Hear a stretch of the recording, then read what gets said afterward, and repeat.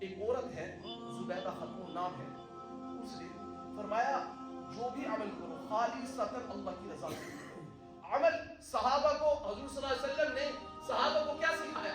کوئی bank balance بنا کر دکھایا؟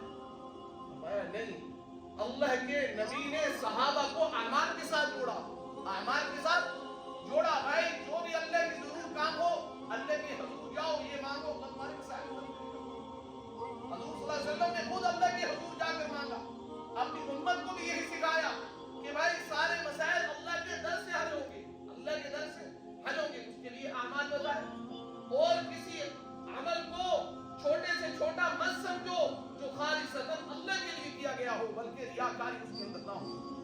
یہ خاتون ہے، زبیدہ نام ہے، ہارون رشید کی بیوی ہے، بڑی نیک صالح عورت تھی۔ فرمایا اس کے محل کے اندر 300 لڑکیاں جو حافظ قرآن تھی، اور شفٹ با شفٹ سارا دن قرآن مجید کی تلاوت کیا کرتی تھی۔ یعنی 24 گھنٹے اس عورت کے گھر کے اندر، محل کے اندر قرآن مجید کی صدائیں بلند ہوتی رہتی تھی۔ حاجیوں کو بڑا مسئلہ تھا پانیوں کا، پانی میسر نہیں تھا حاجیوں کو۔ اس خاتون نے بڑا کام کیا، اس نے حاجیوں کے لیے نہر کھدائی۔ وہ نہر کے اثرات ابھی کچھ عرصہ پہلے، آج سے 3-4 سال پہلے پورے کیے ہوئے تھے، ان کے اثرات ایک ساتھ بتانے لگا کہ یہ وہ نہر ہے جو زبیدہ خاتون نے حاجیوں کے لیے نکلوائی تھی، وہ آج بھی اس کے اثرات باقی ہیں۔ پانی کی بڑی قلت تھی، تنگی تھی، تو اس زبیدہ خاتون نے حاجیوں کے لیے کیا کیا؟ نہر کھدوائی، اور لاکھوں حاجیوں نے اس نہر سے نفع اٹھایا۔ اس نہر سے نفع، بہت بڑا عمل ہے، پتہ نہیں اس دور کے اندر کتنا پیسہ لگا ہوگا۔ پہاڑوں کو کاٹ کر آج کے دور کے اندر ہو تو آج ہی کروڑوں روپے لگ جائیں گے۔ آج مشینری موجود ہے، اس کو پتہ نہیں کیسے نکالی، کس طریقے سے نکالی، کن کی مشکلات کا سامنا کرنا پڑا، تب جا کر وہ نہر کھدوا کر مکے تک لے گئے۔ اور جب وہ مر گئی، کسی کو خواب کے اندر ان کی زیارت میں پوچھا کیا بنا؟ انہوں نے کہا اللہ نے میری بخشش کر دی، اللہ نے میری بخشش کر دی۔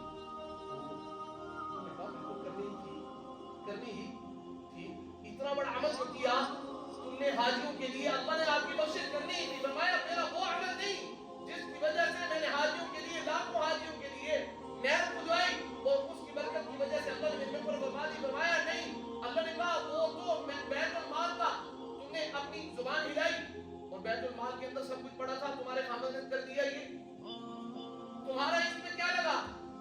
بیت المال کے اندر اگر مال نہ ہوتا تو تم کہاں سے کھدواتی؟ کہتے ہیں میں کھدوا گئی، تو اللہ نے کہا ہاں تیرا ایک عمل ہے جس کی وجہ سے میں نے تیری بخشش کر دی۔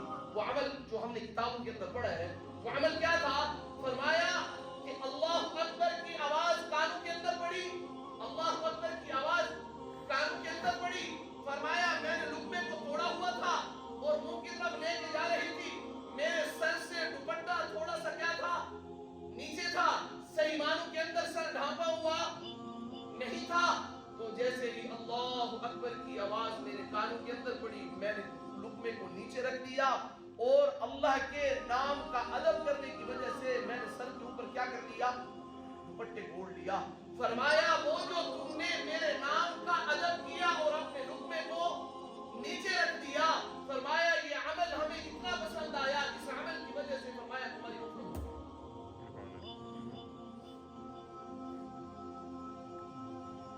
کوئی بھی عمل جو اللہ کے لیے کیا گیا ہو، فرمایا اس کو چھوٹا مت سمجھو، وہ چھوٹا ہو ہی نہیں سکتا۔ اللہ کے لیے عمل چھوٹا سے چھوٹا جو کرتے ہیں، بشرط یہ ہے کہ وہ خالصتاً اللہ کے لیے کیا گیا ہو، کسی کے ریاکاری کے لیے نہ ہو، وہ میری قرآن کی بخشش کا ذریعہ بن سکتا ہے۔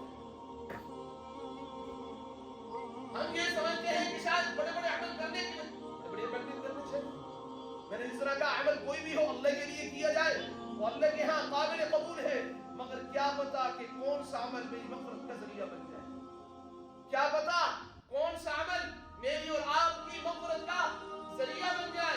اس لیے فرمایا عمل جو بھی کرو کس کے لیے کرو؟ اللہ کے لیے کرو، غیر اللہ کے لیے نہ کرو، کسی کو دکھلانے کے لیے نہ کرو، کسی کو راضی کرنے کے لیے نہ کرو۔